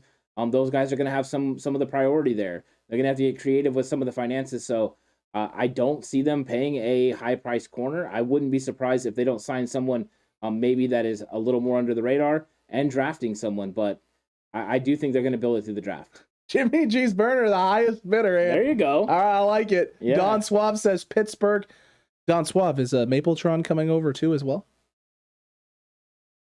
Please? Yeah, Alex is I want this, dude. I want this more than anything. Yeah, the people that don't know, one of the very first podcasts ever done by 49ers Cutback was just on Anchor. It was just vocal, but it was about the draft, and I was super high on Chase Claypool. Extremely high on Chase. Matter of fact, Chase Claypool was not on my roster of people to even look at. It wasn't on my radar. Yeah. I wasn't considering Chase Claypool at all until you sent me over a link of him running routes at his pro day. And I watched his route running, and because you said to me, he goes, is it just me, or does this catch your eye? And I watched it, I said, this is now my favorite wide receiver in the entire fucking draft. Yeah. And I was like, dude, what? How was nobody talking about this guy? And it was like, I know, I love this guy. I think the Niners should take him in the first round. It was the direct quote. Yeah. And the direct quote was the first round. Yeah. God, man, I wanted him in the first round. Absolute fine. I thought he would have paid big dividends, especially the way Kyle was able to use them. So yeah, I mean, every time he gets brought up, it's kind of funny. Very true. I did like Jimmy G to pit for Claypool deal. It is my favorite thing right now. I will scream it until it becomes reality, and if it does become reality, we will clip this. We will post it over all of the social medias. It'll be like the 49ers Cutback called it. So let's hope that ends up working out in some way, shape, or form. Mike Tomlinson, thank you so much. You guys rock. Best SF info on YouTube. Jimmy G burner account. We really, really appreciate that, and we will miss you. Yeah. We will miss you, Jimmy. Yeah. You're good. You're a good dude, even though we know it's not really Jimmy. Don't forget to smash that subscribe button to Stream Elements. You absolutely should. And we should also absolutely wrap this thing up and call it a night. Cutback crew, we really appreciate all the support, everything that you guys have been doing for this channel. Being in here all the time, commenting away, asking incredible questions, and just supporting us. We really do appreciate it. Look, there's going to be tons of content coming your way. All next week, you got free agent content. No live streams for the next 3 weeks as we get all of our draft prep stuff ready. You'll have content all next week. If you want even more content, if during this 3-week stretch, you don't want to be without 49ers Cutback content, then become a channel member right here on YouTube. You'll get 49ers Cutback Madden League gameplay all week with yours truly, Caleb, KNDR Collectibles from the chat, Berardo, another channel member, and my buddy Drew, who's been absolutely shellacking everybody and drops a 100-point game, which is coming up. He drops a 100-point game on Berardo in the Madden League. So if you want to watch that, become a channel member here on YouTube or head over to Patreon. And if you haven't been over on Patreon, then you could head over now. I mean, now's the perfect time. Head over now. You get all of the incredible content that we've already posted over there. You get 20 plus episodes of Big Yikes from season 1. I mean, you'll have plenty of things to keep you going through this 2-week hiatus, the 2-week break that we're going to be taking starting at the end of next week on Saturday. Yeah, exactly. It's going to be fun. I'm looking forward to being back when we get back, but enjoy the content. I've seen people talking about, Raheem Mostert and all that. We get all into that in every single video. We break down every single player, that's going to be a free agent for the 49ers, and talk about where they could land if the 49ers are willing to bring them back, and, the finances behind it. And we make some tough decisions. We kind of go out there on a couple guys that everyone's saying we have to bring back. And there's a couple of them that were like, well, maybe they don't come back because of financial reasons. So it's going to be a fun week of videos. I'm looking forward to those going out there, what everyone thinks. Make sure you guys comment along the way, and I'll be looking forward to getting back. Absolutely. We'll catch you on the next one, Cutback Crew. We'll see you tomorrow morning for an incredible episode of 49ers Face Off to wrap Face Off Season 1. And until that time, stay safe. Remember, the right way is always the 49ers way.